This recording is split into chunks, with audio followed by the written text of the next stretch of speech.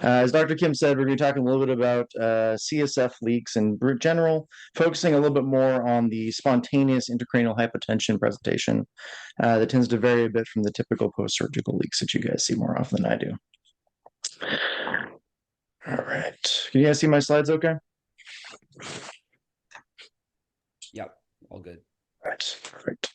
So sort of diving into it, broadly speaking, what we won't be talking about today, a little bit of the post-dural puncture leaks. These are your typical post-lumbar drain, post-LP SIH presentations. The post-surgical ones that you guys are very familiar with. The post-traumatic presentation, which is becoming an increasingly more common component that we're seeing here at Harborview, the advent of the scooters. And then the spontaneous intracranial hypotension, which will be the majority of the talk today. So, SIH presentation. Now, symptoms of this are about as broad as a typical medication commercial. They include everything ranging from the most common, the headache, the positional headache being the most important component. This is a headache that can be worsened, exacerbated, or brought on entirely by a change of position. Typically, this is the standing upright, having the vertical column of CSF, but also can be aggravated by other things like coughing, bending, anything that changes intrathoracic pressure, affecting the CSF pressure in the column. Headache pain, in my experience, has been very poorly localized. There are some different papers talking about location of head pain being predictive of certain kinds of leaks. I have not found that to be personally true. The other thing that is typically a red herring or can sometimes be confusing with other syndromes, this pressure sensation. So the misattribution of a headache to being pressure or pressure as a headache. In extreme cases, these are less common presentations, but again, the ones we worry about missing the most, cranial nerve palsies, anything from cranial 1 all the way down. Dementia presentations being some of the most extreme that I've seen personally. Coma, thankfully, not something that I've ever seen, but again, theoretically possible with the persistent spontaneous intracranial hypotension. And typically, this would be the longer aspect of the presentation timelines. Talking a little bit about the epidemiology, this is unfortunately an underrecognized and often undertreated disease that tends to fall into the generalized category of headaches. Headache NOS typically goes many years before even being diagnosed in some patients that have long, slow, chronic leaks. But the incidence is approximately 4 to 5 per 100,000 people per year. So a relatively common presentation in a city the size of Seattle, many people in the area. There's a preponderance in certain distributions, women being much more common than males. Again, not entirely understanding the pathophysiology of what causes this preponderance this time, but along with that, it tends to be younger women. The average age tends to be around 38. The distribution of ages that I've personally seen have ranged all the way from 16 up to, I think the oldest I saw was 82. But again, 38 being the approximate, most falling in that 30 to 50 age range of distribution. Now, talking a little bit about the pathophysiology of it, specifically for SIH, is this spontaneous loss of CSF from usually a spinal thecal saccal tear. And anything that creates a differential in the pressure column where you're losing CSF pressure, causing this loss of cushion on the CSF side. So the spinal leak etiology, again, there's a distribution of these that tend to favor the thoracic spine. Now, 90% of the spinal leaks that we end up seeing is in the thoracic spine. Outside of this, I'd say more commonly in the cervical, outside of the 90%. So of that 10%, somewhere in the 5 to 8% range being cervical, less so being in the lumbar. Now, 80% are right-sided. Again, a very not well understood reason for this, but again, seeing this very common presentation of right mid-thoracic being a site for SIH. Now, skull-based CSF leak, something that typically presents into my clinic with a more post-surgical aspect to it, does not typically cause the standard SIH symptoms that we see of the distributed head pain. It can, but again, is not typically a cause of this and usually gets conflated a bit when we're trying to look at workup. There are 4 types of spinal leaks. We'll go over a bit those more later in the presentation. But again, this is just based on sort of the anatomic distribution of where this leak occurs inside the nerve root sleeves, along the thecal sac, anterior, posterior, lateral, and whether or not there's even a CSF-Venous fistula, which, as you can imagine, we're going to focus a little bit more on today. So, getting to the imaging workup, this is a step that I've tried to encourage a lot of our community partner members, especially the neurology community, to have preparation before getting to our clinic site. This is the initial workup, just surveying if there's even a possibility of the sort of, undifferentiated chronic headache being something that could be due to an SIH presentation. Now, if you have the more typical sudden onset, had a trauma history, anything like that, sometimes these imaging things get sped up a little bit, but in fishing in the community, I usually ask for at the very least the MRI brain with and without before I'll see them. And I'll get into why for the burn scoring. The MRI spine also is an extremely important part of how we classify these diseases and approaches how we do the further imaging workup. And notably, CT myelograms. CT myelograms are the gold standard when you're just suspecting any sort of leak of any cause. Not actually necessary for my imaging algorithm working these up. These are much more important for, again, your typical post-surgical, post-traumatic. You just need a quick survey to see if there is any large defined leak site. Typically not advanced enough to provide good target for therapeutics when we get to the intervention stage of these. The advanced imaging, I'll go over a little bit. This is a little bit of a division within the community who's treating and studying these diseases. There tend to be two large camps. There's the digital subtraction myelograms, which is what we favor here at the University of Washington. I'll go over a little bit about what is exactly involved in a DSM. Then there's the photon counter CT myelogram, which is the competing one, favored more by Mayo in Florida, Mayo in Rochester, a little bit in Barrow as well, and also sometimes favored down south in the Southern California. So the last one being nuclear metacysteine. This one's fallen out of favor within the community recently, just given the limitations of the imaging modality itself, resolution being an issue and things like that. So we'll go over that a little bit as well. But these are typically the advanced imaging things that I'll reach for in any given situation. We have the capability for photon counter CT, not something that we've actually done here at the University of Washington. Sometimes I'll refer outside for these at this point. But this is by far the most common choice we use, is the digital subtraction myelogram. All right.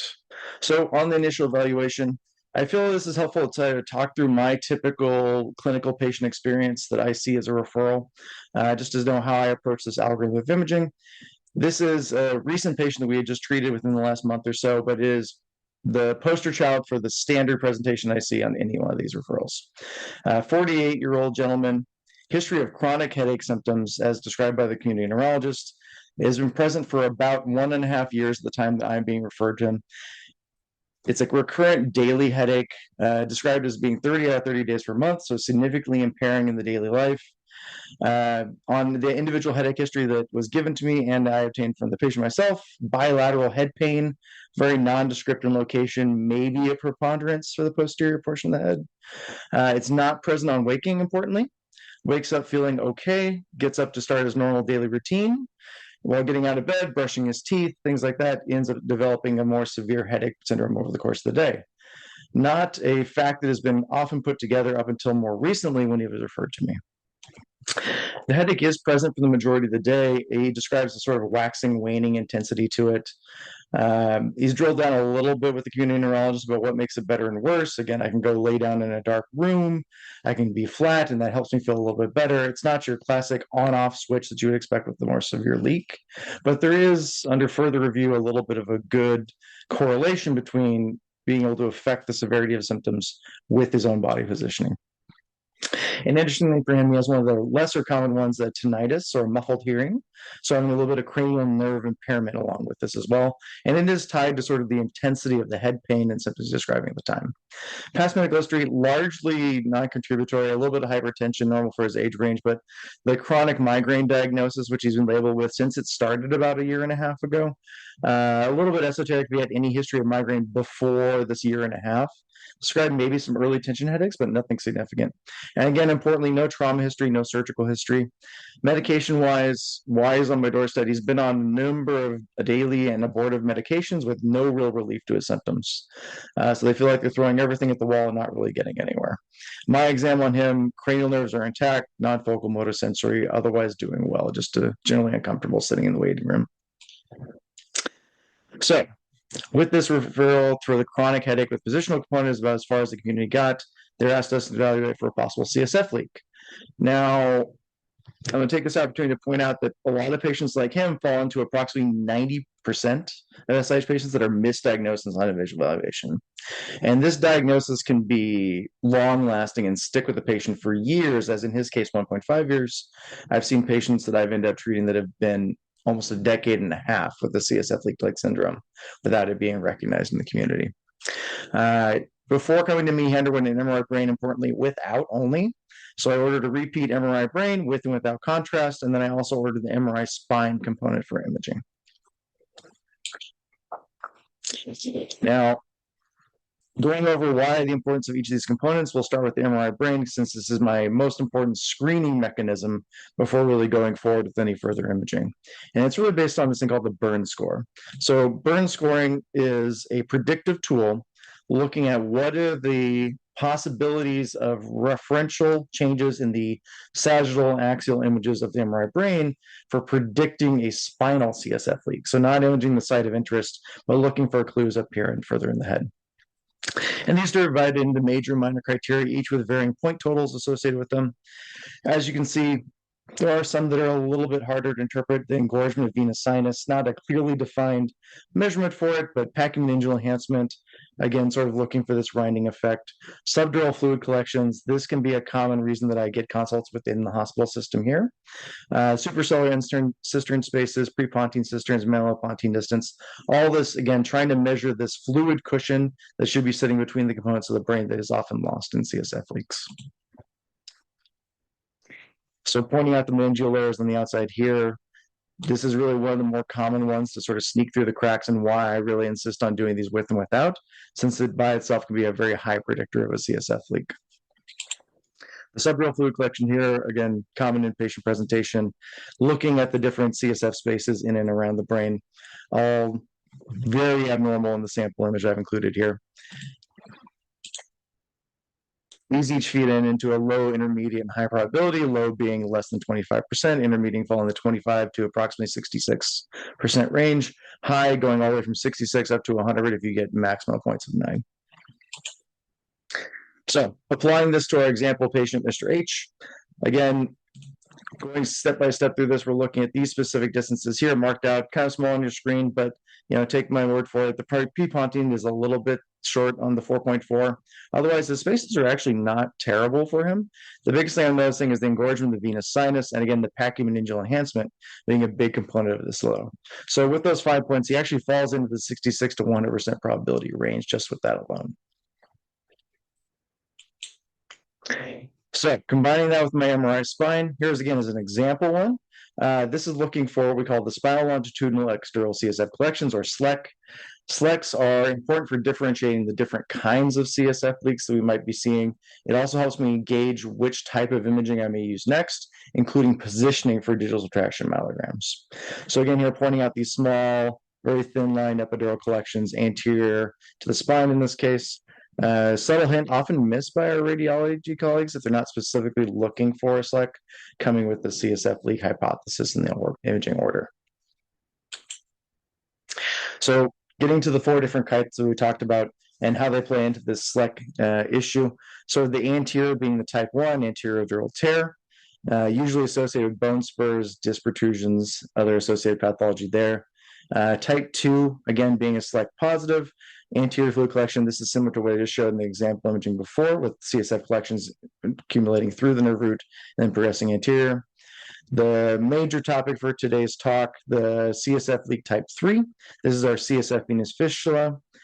Here in the example, showing a vein growing again through the lateral area of the nerve root exit, forming a fistulous connection between this extension of the diverticular nerve root sheath pointing out here with a vein traveling through it. And then last but not least, type 4, this is a lateral dural tear. Often hard to recognize on imaging because it, again, is SLEC negative because it's just feeding into open space there along the nerve root and not actually providing any imaging findings along the axis of the spine itself. So again, going back to our example patient, Mr. H, he is a SLEC negative, has no anterior collections that I can find on any sagittal or axial cuts of his spine.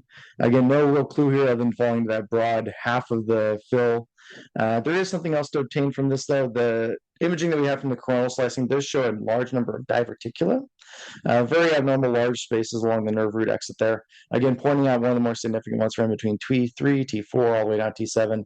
As you can see, there are a number of them that are abnormal on that side. Not enough to go off just by itself for finding leak locations, but again, provides a good hint about where we might find pathology in this specific patient. So narrowing him down to the select native, we're now thinking he's going to be a type 3 or type 4. This is important because it excludes the type 1 and changes how we'll actually move on for our advanced imaging for DSMs.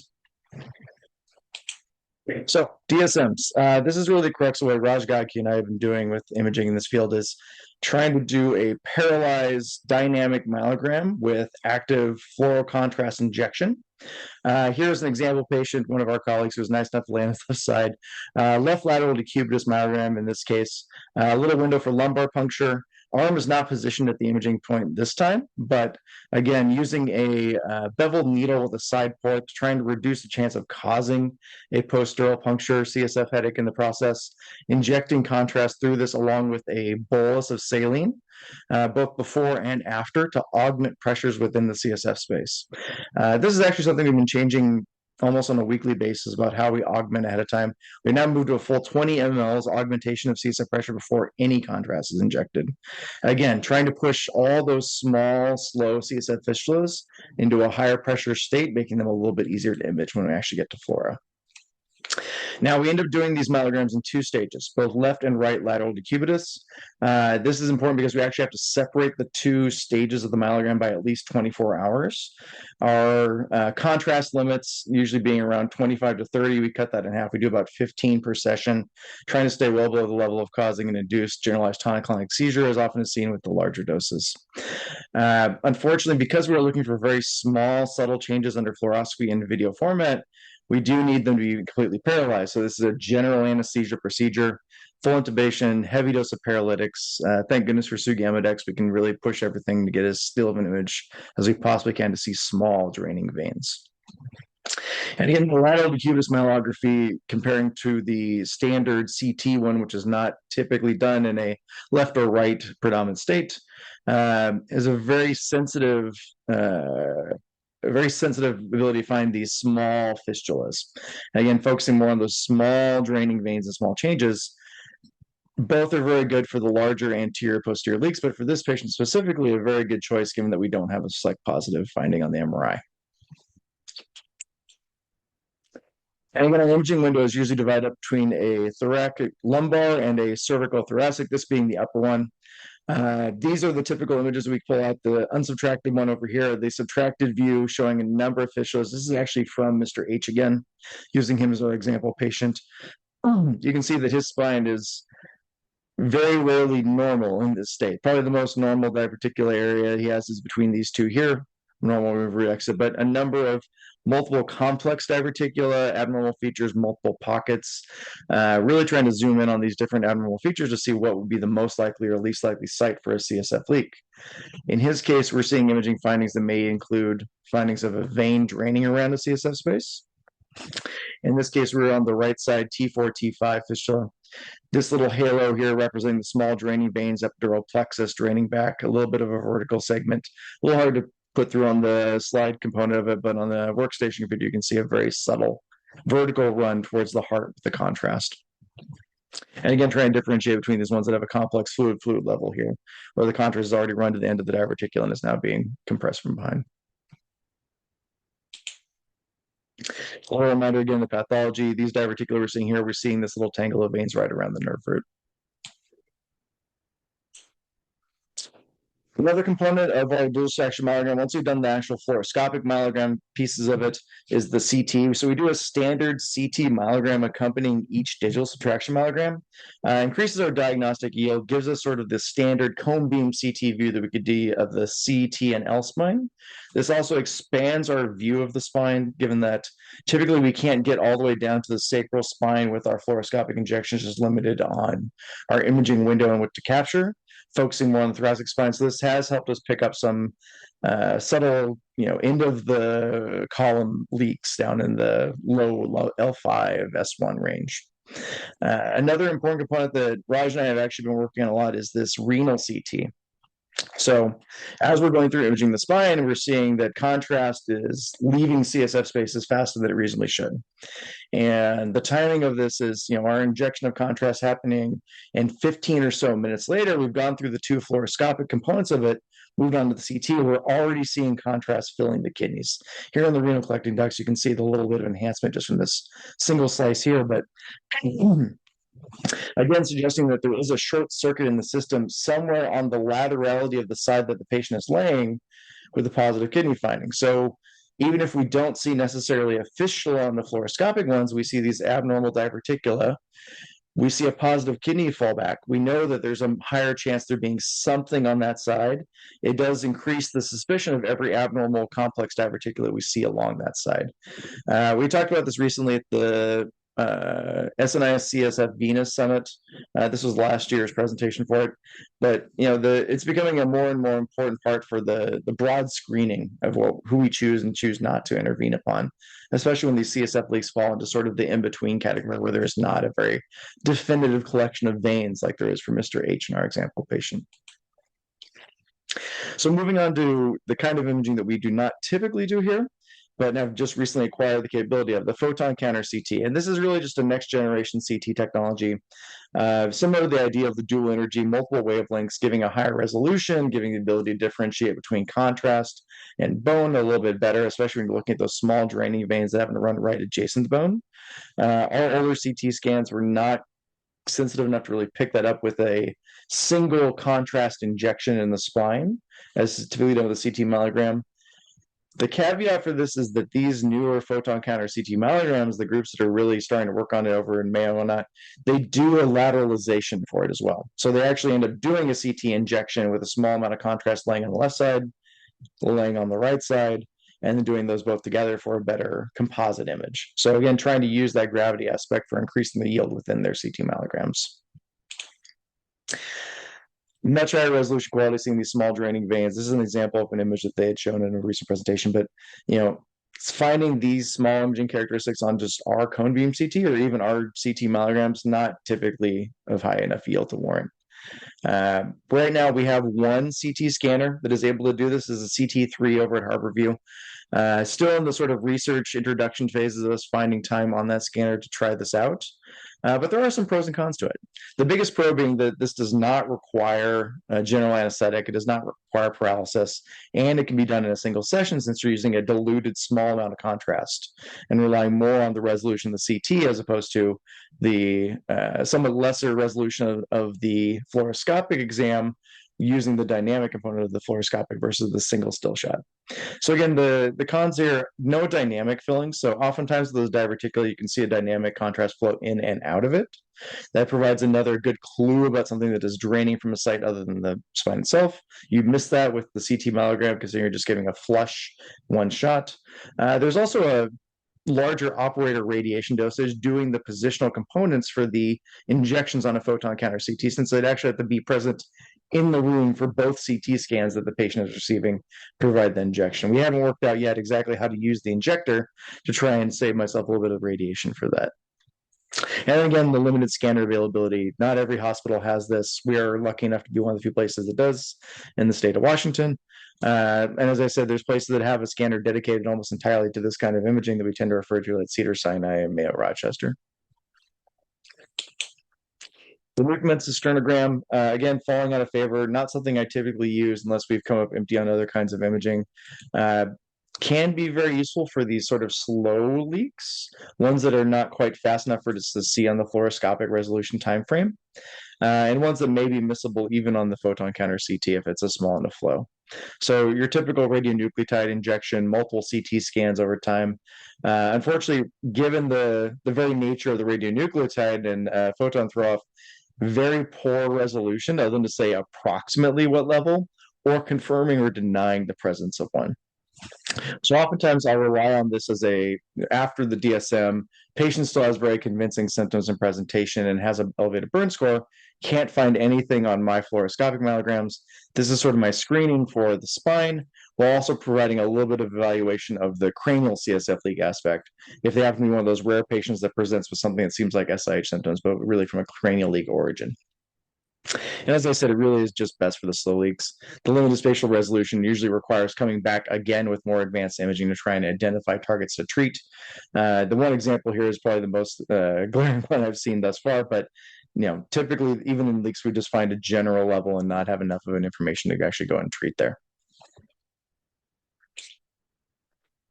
So moving on a little bit to the intervention component of this is really the meat and the bones of how we block off these CSF leaks, focusing mostly on the CSF-venous fistula. We'll briefly go through some of these other ones. I will skip over mostly surgical clipping since you could probably go better lecture on this than I can. But these are really the two big ones for the CSF-venous fistula type 3 leaks.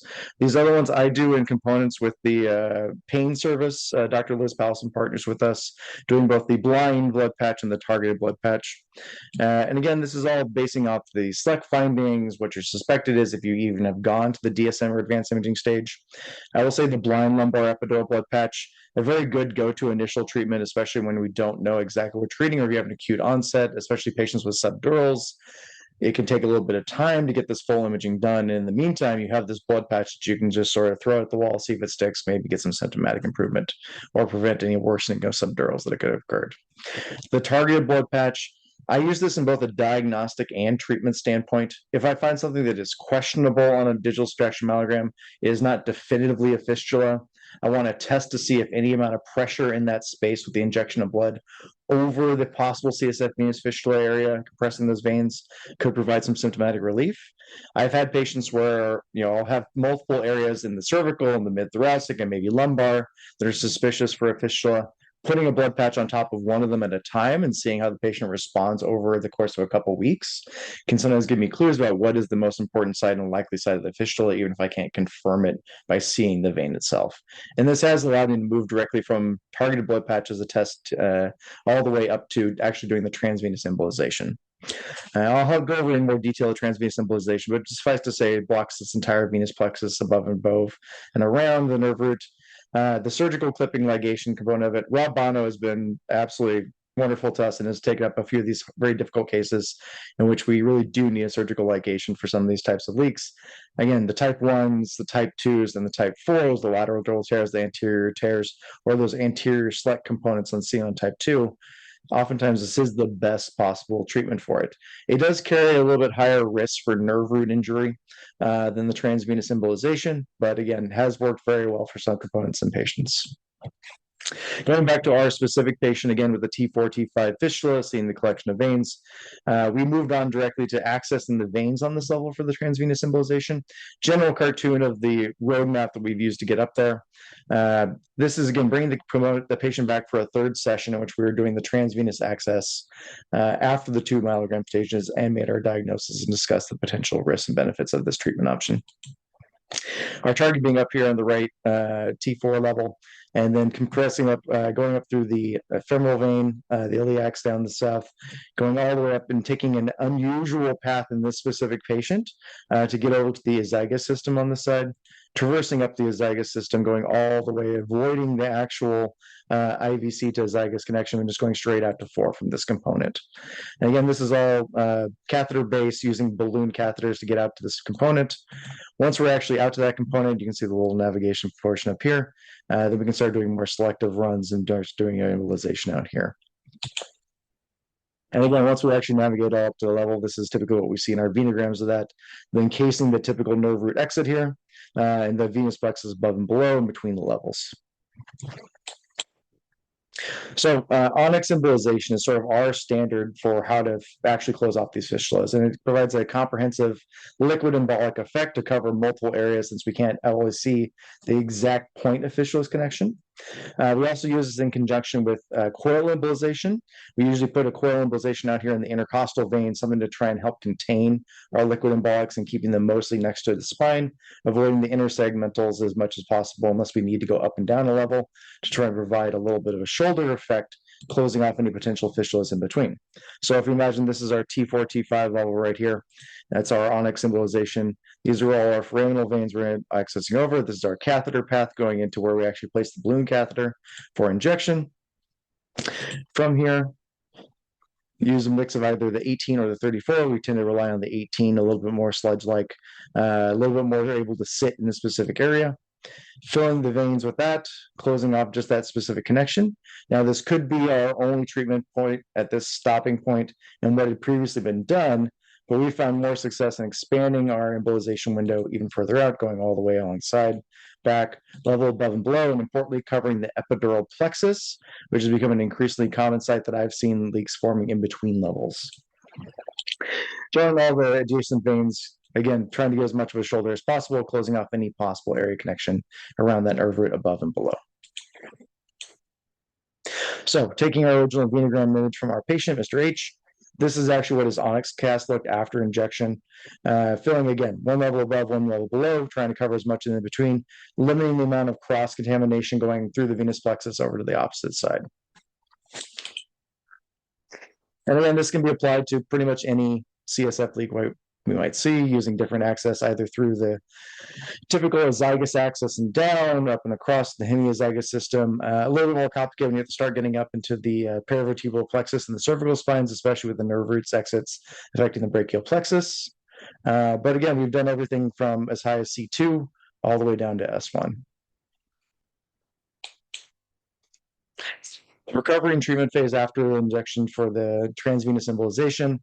We see a typical pattern with the successful treatments, which is the rebound IH headaches. And again, I usually end up taking this as a sign of success of our treatment. If we can actually instill the exact opposite symptoms that the patient had before, moving from your typical, I feel okay laying down, I have my very severe headache standing up, to I need to sleep in a chair sitting up for the first couple of weeks because my body's not readjusted my CSF production just yet. And we found a lot of benefit from using a very small dose of Diamox for about 15 days after intervention, just sort of blunt that IAH rebound. It doesn't eliminate it entirely, and certainly patients still complain of severe headaches for these days, but it has been enough to not overshoot in the cases where we are not successfully treating the only CSF venous fistula site, while still maintaining a good symptomatic improvement for the patients that we have. In addition to this, I usually use a PRN for oral steroids, usually a Medrol pack, plus or minus gabapentin. This is usually more focused on the injection site level pain, narrowing around the nerve root exits, especially in the mid-lower thoracic, sometimes can cause a little bit of pain inflammation for days afterwards. Steroids during the case, about 10 of Decadron intraoperatively. Post-operatively, a Medrol pack to start taking as needed once that pain starts, or if there's any sort of symptom, doing a higher dose, longer course of steroids. Gabapentin I usually use for more of the longer term follow-up discomfort if there's any significant nerve root narrowing that needs to be treated over the course of months, because it can take up to 3 months for this type of transient discomfort to resolve. And in the rare cases that it does persist, and I have had a single patient that has ended up in long-term gabapentin because of that.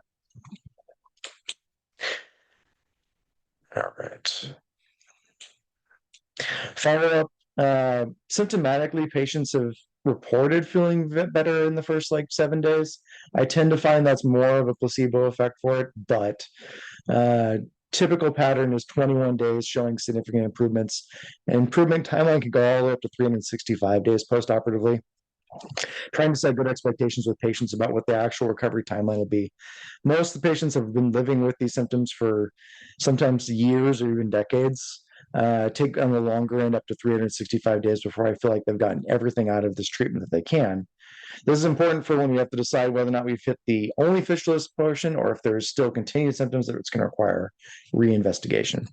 We've timed our visits to be about 2 to 3 months post-op. That gives us enough time for imaging, symptom resolution to a certain degree out of that initial IAH headache window. Seeing them back with an MRI for a repeat burn score is an important component of it to make sure that the burn score actually has changed in it. Now, inpatient, we've done these as recent as 24 to 48 hours after and seen some improvements and seen even in further improvements on a follow-up on 96 hours. 72 hours seems to be the earliest where I feel comfortable saying that there is a significant change in these fluid spaces that can be predictive of recovery and full treatment of a CSF fistula. Segueing a little bit into what the future areas of this topic are, there's a lot of undiscovered things about this in terms of who gets them, why they get them, what associated disease states there are that provoke them, what we can do to better predict who would or would not benefit from community screening. As of right now, a big component of this really is just trying to get word out to general practitioners, community neurologists, anyone that sees patients that have a complex migraine presentation that is not resolved or has any positional component to it, trying to get them to think in the direction of CSF leaks and at the very least doing the MRI with and without for burn scoring. And then if that turns out positive, encouraging them to, again, refer back to us for further imaging. One of the more common presentations, as I mentioned, I've received a number of inpatient ones, and this is the subdural hemorrhage association with this, the sort of spontaneous severe CSF leak preventing with bilateral subdurals. Again, the subdural fluid collections can be part of the diagnostic criteria, automatically get you at least one burn point. But again, unknown etiology, I know most of our practitioners, or if not all of our practitioners, have been very good about recognizing this as a possible cause, reaching out to us early and getting involved in this imaging selection, trying to get a full workup with the MRI brain width down the spine. One interesting overlapping area, though, is the idea of the treatment of the subdurals, and is it in conjunction with, does it conflict with, or does it pose any benefit even without a significant hemorrhage in patients that have CSF leaks? So MMA embolization become a standard part of our practice for treating these subdural hemorrhages.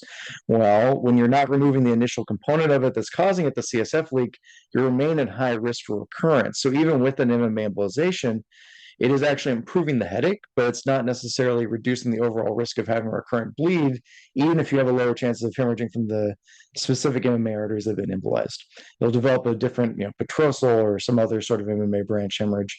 And I've seen that happen before with patients in the community that have presented with subdurals, undergone MMA embolization, ended up in the 6-month wait plus category from our clinic, and in that time have actually reaccumulated a hemorrhage that was seen on our MRI brain with and without, despite the embolization.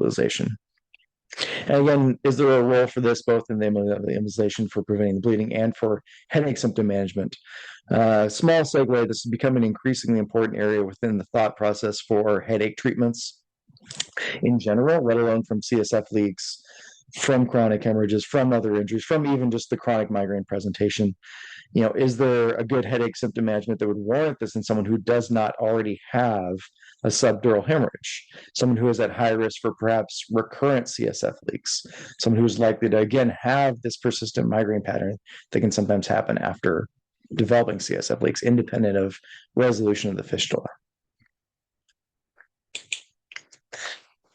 Talking a little bit about the etiology of the CSF leak formation again, there's a large thought process on this IIH being a cause of it. I know one recent study I posted down here, approximately 66% occurrence of IIH radiographic findings. And upon reading these papers, we sort of went back and went with our opening pressures that we obtained with each of our lumbar punctures on these patients, looking at the distribution of pressures on the initial one. And we found that a lot of our positive CSF venous fistula patients actually presented with pressures in the low to mid 20s, much higher than you typically expect from someone with a low CSF pressure due to a leak. Well, this falls into the, could it be from an IIH? Could this be a transient IIH from a small leak that they have self-repaired? Not really well understood why. But again, more and more papers are coming out looking at this IIH as being a possible trigger factor for developing diverticula, making these vulnerable diverticula either into direct leak through rupture or by increasing in size, causing a higher chance of development of an adjacent vein leading to a CSF venous fistula. Now, something that's become very popular in the sort of lay audience within this and is becoming more and more studied is the spiky leaky hypothesis. And again, this is the idea that you develop these higher pressures, provoke a leak. The provoked leak then causes a drop in CSF pressure, causing the SIH symptoms. Once it drops below a certain pressure, you actually can have resolution of that leak temporarily. Then, again, reaccumulate fluid, go back into this cycle of spike before, again, coming right back to it again. There's a large association with the POTS diagnosis and connective tissue disorders in this realm. Again, the spiky leaky syndrome becoming more and more favored as an explanation for, again, why people's pressures are high, why I'm seeing them, why I augment my patients with pressure to try and force that high pressure state, no matter what part of the spike, leak, the apex and trough of their cycle that they're in. Now, this cycle, I've not found great information on exactly what the typical duration of the cycle would be. I've had patients anywhere from, you know, a day-to-day spike and leak presentation. Those typically didn't pan out with being actual CSF-Venous fistulas. I've seen ones that operate more on the month time scale. That feels more appropriate to me, but no good data to back up at this point, and still thinking about what this could play in this overall picture. Mixed connective tissue disorders, this is the first thing everyone's mind jumps to is, if we're talking about problems in the dura, problems in the thecal layers, is there actually something wrong with the components comprising it that make patients more or less vulnerable? If you recall Mr. H's myelogram, all those diverticula in there, significant changes in his sacs all the way up from the top to the bottom. Could that be because he has a predilection to it due to having an underlying connective tissue disorder that has not been diagnosed? Now, unfortunately, when you get into this patient population of headache, positional symptoms, POTS type symptoms, there can be a high rate of self-report of these kinds of syndromes. People will self-diagnose the EDS, the sort of TikTok medicine groups and whatnot. We do not screen for connective tissue disorders. I've not found it to be useful in predicting who will or won't benefit from it. It's usually based, in my opinion, more on the amount of burden of diverticula that they have. But again, this is becoming more and more understood over time of exactly, can we predict who would be higher chance of recurrence after a CSF-Venous fistula? Because I have had plenty of patients that have had one fistula found on a myelogram, been treated, been symptomatically improved in the orders of 6 months to a year, presented again. Repeat myelogram done again at that point shows that those other vulnerable diverticula actually end up either rupturing for a lateral dural tear or develop a new CSF-Venous fistula in the interim. It becomes this game of unfortunate whack-a-mole, where you basically have to keep cycling back in and out of clinic, having more myelograms, having more interventions, finding new CSF-Venous fistulas to embolize. I think the patient actually I'm seeing again this week for a myelogram, she is our record leader. Unfortunately, Dan Hallam actually started her interventions years ago. She has undergone, at this point, I believe, 5 transvenous embolizations for CSF-Venous fistulas, all confirmed by myelograms. It can be a very long-term disabling and high relationship with provider type disorder, unfortunately. Touching a little bit on this, the associated migraine disorders that typically come with these CSF leak patients, the overlap between your typical migraine syndrome and a lot of the CSF leak symptoms can be significant, especially when we get into the longitudinal, I've had headaches for a year, 2 years, 5 years, 10 years, or patients that come with a migraine disorder before this. And they say, well, I have had headaches since I was, 19, but now 20 years later, this feels different than my normal migraine. There's new components to it, and trying to sort those out. I've seen a high preponderance of patients develop migraine symptoms as a result of having a CSF leak. Gentlemen in their 40 or 50th decade, not having any amount of migraine history prior to this, developing new onset pure migraine disorders with auras, with your typical migraine symptoms, all being provoked by the fact that they've had this irritation of the meninges, they've had the SIH presentation for long enough, they become sort of centrally sensitized to these headaches. Again, this brings back up to the MMA embolization rule for treatment of headaches. Is there an overlap of them? Will these patients benefit more than the typical headache patient might in the future for this? And again, one study included down here, up to 20% provoke migraine symptoms after resolution of a CSF-Venous fistula without any preponderance ahead of time. And that more or less feels appropriate to what I've seen anecdotally in clinic. One of the more feared presentations of this that I've gotten a few referrals for from our dementia colleagues in geriatric psychiatry, rapidly progressive dementia symptoms, frontal temporal dementia symptoms, diagnosed syndrome that's been recognized for a little while, but has not become part of the vernacular for our workup for dementia-like symptoms, especially the frontal lobe type symptoms, this sort of FBD-SS, the sagging brain syndromes. I've had one patient, actually, we found a very large CSF leak that he'd had for almost, again, about 10 years at that point, had worsening dementia symptoms to the point where he needed round-the-clock in-home care for this. Ended up finding a fistula, treating it, and saw a symptomatic improvement in cognitive function on the follow-up appointments in psychiatry. Very significant improvements, very treatable causes of this with a very early burden of dementia, not your typical 80 or 90-year-olds, but more in the 50, 60-year-olds where you're doing the broad other dementia workup at that point. But again, something that's often probably missed in the community, something that's not typically thought of as an average cause, and may go undiagnosed and leading to very big misses for these poor patients' lives. Last but not least, the purse hypothesis. This has been Raj's favorite little pet theory about the preponderance of thoracic leaks occurring and thoracic leaks occurring on the right side.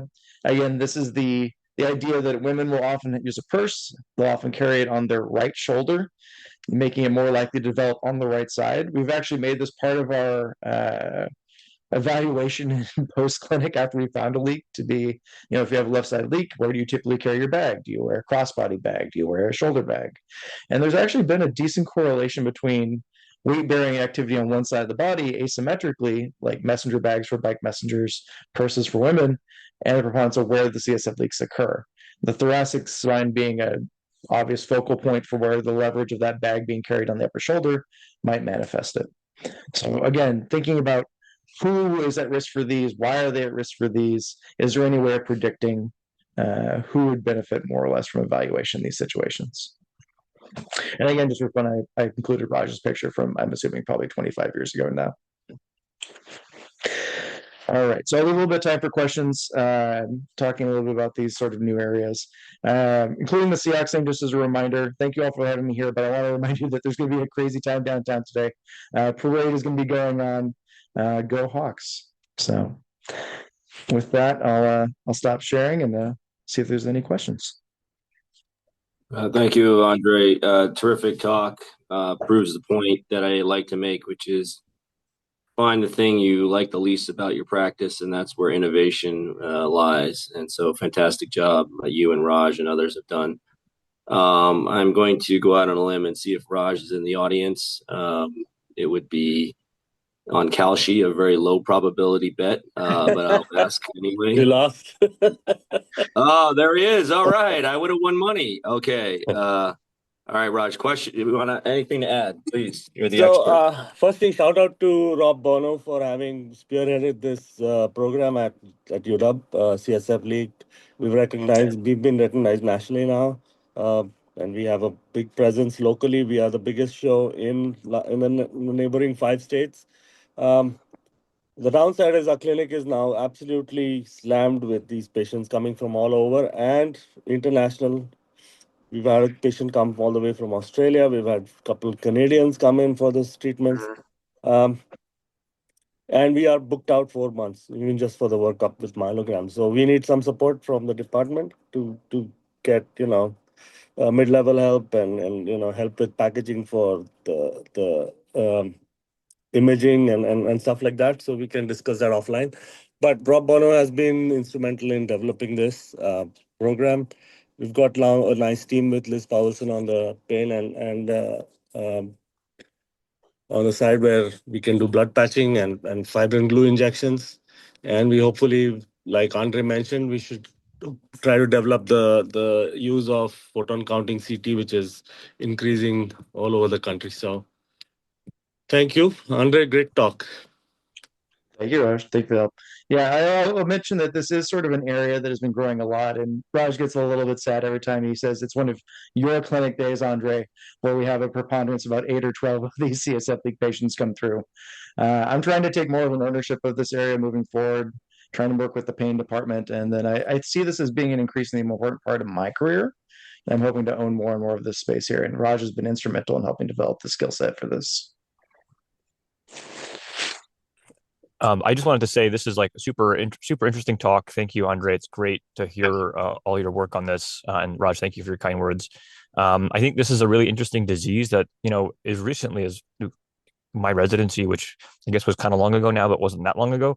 Like we didn't just know about this condition and these CSF-Venous fistulas. We had all these patients with chronic symptoms and some acute presentations, even with coma, that we couldn't figure out. And so this has really changed the care for these patients. It's myelograms and embolizations. So it's been really, earth moving in a good way. I guess my question for you, Andre, is, we have I have a lot of patients I see, and I'm sure you as well in your post-embolization clinic, who have radiographically successful outcomes, but they're still struggling with persistent symptoms, perhaps not as bad as pre-surgery or pre-procedure. What's your take on that? How do we help those patients?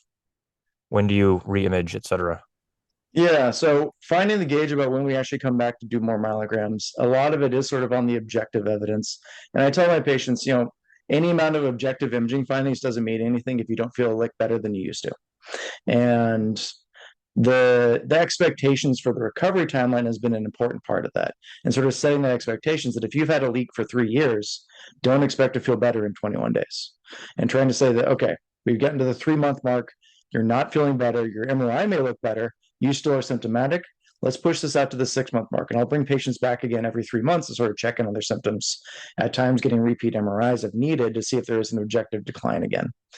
Any sort of imaging finding suggesting that there's either no change in the burn score at the 6-month mark or a worsening of a burn score after improvement at the 3-month mark is usually baseline for me to just go right back to another myelogram. However, as I mentioned, there are other headache syndromes that can be caused and brought on as a lifelong headache syndrome because of these. And that becomes important in sort of managing the broader headache landscape, making sure they get stayed and plugged in with their neurologist, where they're just, being dropped off by the community neurology clinic and saying, okay, they're going to fix your headache, don't come see me again until it's done. Trying to keep them involved and stay on their migraine medications and keep with a migraine evaluation and treatment independent of what we are doing to fix the CSF-Venous fistula. I think the worst cases I've seen are patients that have just stopped cold turkey on all migraine medications because we found a fistula and we fixed it, but their symptoms never resolved. And then their migraine frequency actually went up over time, and they have trouble differentiating those migraine symptoms from the CSF leak symptoms at that point, the sort of central sensitization hypothesis, which is a very difficult thing to convince patients of, that their own perception of pain after all these months or years is working against them to sort of extend their symptoms beyond the organic cause of them. Very challenging discussions. And I know, Rob, you've been a saint seeing a lot of them back again and again. But it can be very, very challenging. And, I'm still trying to get my litmus test of when to move on to repeat imaging too. And it's usually around that 6-month mark. We have a few minutes for more questions. Any other questions from the audience? Yeah, Luis, I had a question. Again, first, Andrew, fascinating talk. My question was twofold. First of all, I see a lot of patients that have also the diagnosis of Ehlers-Danlos, have headaches, and then have, these perineal cysts at pretty much every level. And how do you deal with these patients? I mean, do we send those further for a digital subtraction CT myelogram? And my second question was, the perivenous sort of approach seems to be really intricate and interesting. But, do you guys think it would be enough to just coagulate those veins around the nerve? Because that would be very, very simple to do. It would take, maybe 10 minutes to do that. I just don't know if these veins would open up again. So those two questions. Yeah, I haven't seen much on the direct coagulation of it. It falls more into the surgical clipping aspect for the perineural cysts. Theoretically, if it's a permanent coagulation disruption of the venous system, it could close the fistula site. To the first question about all these perineural cysts, this is usually where I lean more on the MRI brain with and without and the burn scoring element before I'll move to the DSM component. Because, the more MRIs of the spine you look at, you're very right, you're going to see more and more of these cysts. People will get the report saying you have a perineural cyst, and they'll sort of throw themselves down that road of, oh, I must have a CSF leak. That's why I feel terrible all the time. That's why I have POT symptoms. And they'll sort of run with it with just the spine imaging. I usually have to have the brain with and without as the single most important component for screening who I will or won't do a myelogram on. I'm always happy to sort them out in clinic though, especially if they've gotten the MRI brain before they get to me. Then I can have sort of the one-time conversation about what I think the predicted value of undergoing something like a digital subtraction myelogram is. Do you often see local symptoms too from these cysts, or do you see radiculopathies and other issues? Again, it's just a very, like with Tarlov cysts, they are really a curse of our practice because they're so difficult, and I really applaud you to taking this on. But how do you have an algorithm for that too? Again, if a patient coming in, headaches, MRI is negative, then you have 10 of these perineal cysts, you have Ehlers-Danlos syndrome. Okay, what is your next step? So if the MRI brain imaging is negative, I'm not going to move on to the advanced imaging with a DSM. I would consider some of the less invasive ones. I would actually consider a nuke med study in some of these patients just because it is a broadly Also, sensitive DSM, tool. Andre, can be a kind of therapeutic challenge. Yeah. A blood patch. So the blind blood patch is also an often sought thing for these kinds of patients where you're just sort of throwing it at the wall and seeing what sticks. The therapeutic blood patch, where if someone gets the symptomatic improvement after a blood patch, even if it is short-lived, you have to try and sort out whether it's the placebo effect of having some procedure done to their back to make them feel better versus, is it actually treating a fistulous area or compressing anything that might be a cause of the CSF leak symptoms? Very hard to sort out. Oftentimes, if they are responsive to blood patch, that's sometimes enough for me to move forward with doing a DSM based just on that, even with a low burn score. So that can be a first line thing, is just throwing the blood patch at it, seeing what happens with the patients. The localization for back pain or radiculopathy type symptoms, inconsistent. I have seen it. I have patients that say, "Oh, my back hurts," at approximately, they don't say T5, but they point to T5 and like, I must have a leak right there. And then I come back to them and say, "Actually, you have a leak down in L1." And like, how can that be? My back hurts at T5. And the overlap that I've seen more common is that people will get these sort of anterior leaks, the type 1 CSF venous fistula, or the type 1 CSF leaks from bone spurs, disc protrusions, the sort of organic interactive with the dura disease that's more likely to cause that specific kind of CSF leak. Those ones have been more commonly associated with that sort of at the level pain. But again, not consistent. I've treated CSF leaks successfully. I've had headache symptoms go away, but I've had the sort of pain and radiculopathy symptoms stick with it as well. Again, very challenging. Oftentimes, I say that I have a very low bar for doing a myelogram on a patient. It's a treatable cause of headache if I can find something, and it's a vast life improvement quality if you can find something to treat. So I'm usually very forgiving with doing myelograms on people, even if a lot of things are not pointing as being likely from a CSF leak. Okay. Thank you. Since we have Christoph and Andre talking, I wonder, Christoph, if you've seen in anecdotal evidence any increased rate of these sorts of fistula in non-operative root avulsion injuries of the spinal cord. You would think that they would have a much higher rate of these kinds of things forming from an avulsion. But my thinking is I don't see or hear about that, but maybe we're not screening properly. What are your guys' thoughts on that? I think twofold. I think in the trauma situation, I think there's a lot of scarring and hemorrhage. So I think a lot of these areas are sealed off by blood and scar tissue. And then number two, I think we're not, these patients have so many other issues that, again, I have not heard a lot of spinal cord injury patients of mine to complain about headaches too much. I mean, they have pain around the area, obviously radiating pain from adhesions and stuff. But yeah, it doesn't, I'll pay more attention to that, but it's not, trauma seems to be not a typical issue. What I see more and more now is the ventral thoracic tears that I'm trying to kind of develop a better endoscopic treatment for. So, and then Rob and I have been tinkering around these patients. So I have one coming up. So we'll see how that goes. But it would be interesting to, coagulate the veins around the thoracic nerve root. Just if that is enough, because to get there takes a couple minutes. But I just don't know if it would be enough to treat. That's the weird thing. Yeah, I only bring that up for Andre because, it seems like trauma may be an inciting event, but there's another step in the pathophysiology that then leads to the fistula to develop. Much like arteriovenous fistula, it's not just the sinus thrombosis that causes the event. It's an additional step that needs to happen. So I don't know if it's worth screening those patients, Andre, and getting a better sense. So one point is brachial plexus. We've seen a few. We have a collection of brachial plexus distraction injuries where CSF leaks have slowly developed, and Rob has operated on a few, and we've embolized a couple. So yeah, that mechanism is known for the upper brachial plexus area.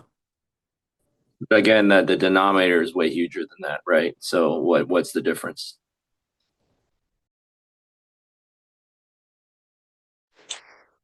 Always screening with the MRI brain within that, I think, is my first step thought process in that direction. I think that alone can justify further imaging for me, even those patients. And like I just said, I can think of two patients recently who have had reaching, lifting, falling injuries with outstretched arm that developed these sort of, T1 tears and lateral dural tears in that area directly from that trauma event. Presented strangely enough because they had a fall, didn't hit their head, but then developed a bilateral subdural shortly after from the severity of the CSF leak. And that's when we finally got involved with them. And then one quick riposte to Christoph's question about coagulating veins. So Andre did not talk a lot about another treatment which is commonly performed is fibrin glue injection under CT guidance. Once you suspect an area of CSF venous fistula, and that works well only in one center down in California, who have 80% success. Everywhere else, it's about 3 to 20% success rate. So I suppose that kind of is a surrogate to local coagulation because the fibrin glue does kind of penetrate locally around the foraminal veins. Yeah, Raj, I think it works really well when you don't have follow-up. I think that's why it's so successful in LA. You guys actually do follow-up. That's why the rate drops with that.